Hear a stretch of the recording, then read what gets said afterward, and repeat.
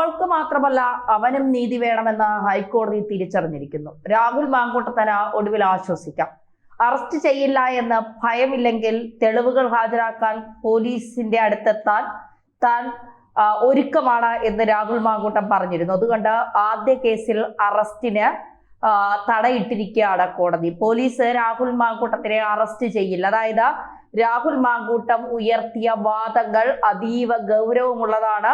ആ വാദങ്ങൾ കൂടുതൽ പരിശോധിക്കാനുണ്ട്. ആ പരിശോധനയ്ക്ക് ശേഷം മാത്രമേ രാഹുൽ മാങ്കൂട്ടത്തെ വിഷയത്തിൽ കൂടുതൽ തീരുമാനങ്ങളിലേക്ക് പോകാൻ കഴിയൂ എന്ന് കോടതി ഇപ്പോൾ പറഞ്ഞിരിക്കുകയാണ്. അതായത് 9 ദിവസത്തെ ഒളിച്ചുകളിക്ക് ശേഷം ഒരുപക്ഷെ രാഹുൽ ഇന്ന് പുറത്തേക്ക് ഇറങ്ങാനുള്ള സാധ്യതകൾ ഉണ്ട് എന്നുള്ളതാണ്.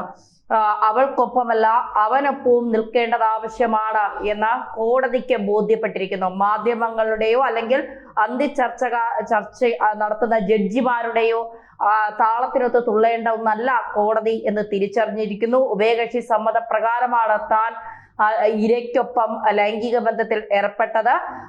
താൻ ചിത്രത്തിന് ഗുളിക വാങ്ങി നൽകിയിട്ടില്ല, അത് സ്വയമേ കഴിച്ചതാണ് എന്നതടക്കമുള്ള കാര്യങ്ങൾ 2 സീൽ ചെയ്ത കവറിലാക്കിയാണ് രാഹുൽ മാങ്കൂട്ടം നേരത്തെ കോടതിയിൽ സമർപ്പിച്ചിരുന്നത്. ഇപ്പോ വീണ്ടും കൃത്യമായ തെളിവുകൾ രാഹുൽ മാങ്കൂട്ടത്തിന്റെ അഡ്വക്കേറ്റിന് ഹൈക്കോടതിയിൽ പറയാൻ അല്ലെങ്കിൽ ഹൈക്കോടതിയെ ബോധ്യപ്പെടുത്താൻ സാധിച്ചതിലാണ് ഇപ്പോൾ രാഹുൽ മാങ്കൂട്ടത്തിന് അറസ്റ്റ് തടഞ്ഞിരിക്കുന്നത്. 15-ാം തീയതിയാണ് ഈ കേസ് വീണ്ടും പരിഗണിക്കുക. അതായത് ഡിസംബർ 15 വരെ രാഹുലിനെ അറസ്റ്റ് ചെയ്യാൻ കഴിയില്ല. ഇത് ആദ്യ കേസിലാണ്. രണ്ടാമത്തെ കേസിൽ ഇത്തരം തടസ്സങ്ങൾ ഉണ്ടാകില്ല എന്നാണ് പറയുന്നത്. രണ്ടാമത്തെ കേസിന്റെ ഗതി നമുക്കറിയില്ല.